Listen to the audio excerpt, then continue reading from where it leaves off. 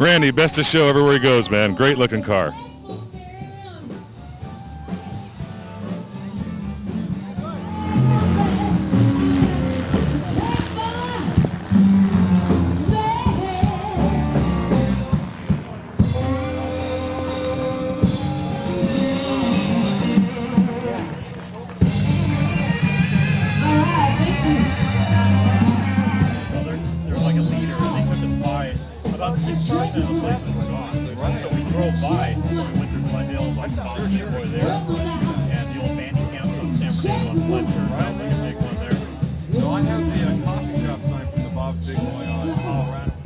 Hey, we're talking to Kirby. He's got a 1969 Ford Mustang Mach 1, and we can always tell when Kirby's at the show because he's always flying the colors. Kirby, tell me about your car.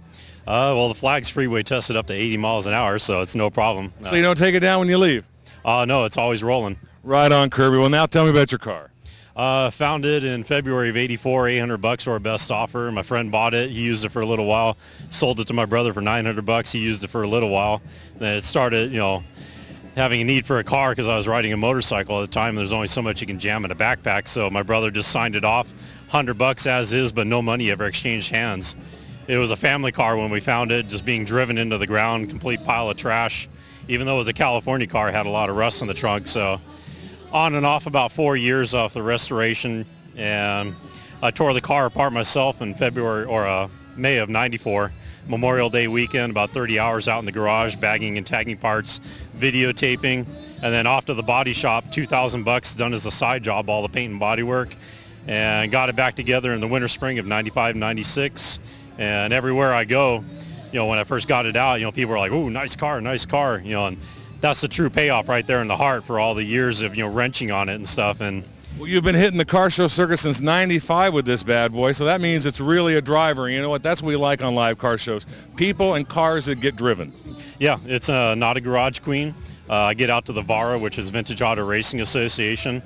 They have like lunchtime track drives. They limit you to like certain speed limits, but you're able to get the car out there and throw it around the track. And, you know, it's just a blast to drive. You know, rain or shine, I use it as much as my 2000 Silverado truck. You know, equal mileage, equal conditions. So when it comes time for a repaint, you know, I know I get rock chips.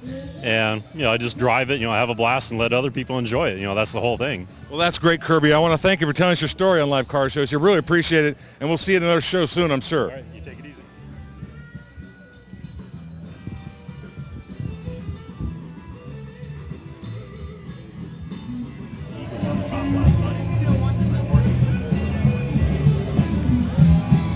Full rubber pad on the pipe to protect the door panel.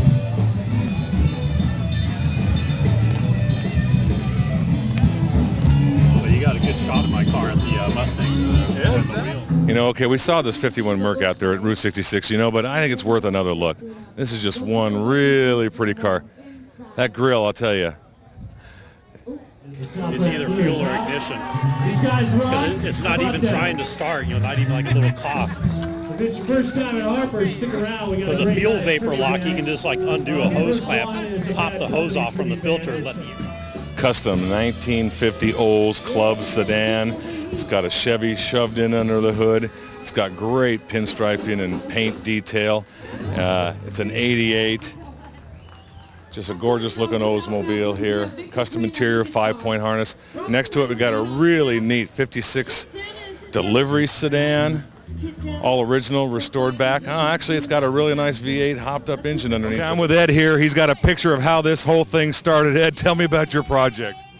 Well, this is a genuine 32 Ford all-steel Henry Ford car, and they're really not affordable for me. Right. And I looked around and I found a project, and this is a massive project. It looks like it. I don't even see the frame in that picture. The frame is right here, and 2.5 years later, it's a running car, runs good, and I'm in hot rod heaven. What'd you end up putting under the hood?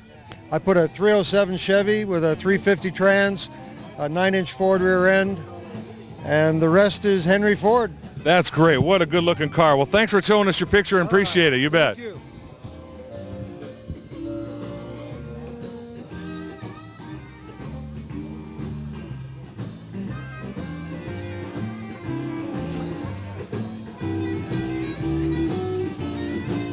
Okay, we're looking at a real nice 56 210 Delray coupe. It's got a custom interior, real nice wheel, special gauges, custom leather interior, really pretty. But next to it is right here, we got a hot rod with the high-rise blower and the dual 4 barrels, original Ford, beautiful pinstriping, black, suicide doors. Doesn't get much more hot rod than that, folks. Might be a little dirty. All right, we got a real nice 68 Impala here. Custom paint. I'll tell you, you know what this reminds me of? My childhood. Looks like something right out of the Mattel collection of Hot Wheels. Got the pearl paint, everything. It's just gorgeous. And next to it, though, is a real classic hot rod. Got the dingleberries in the windshield and everything. Real nice flat paint. Louvers painted opposite colors. I really like that look. That's a good looking car.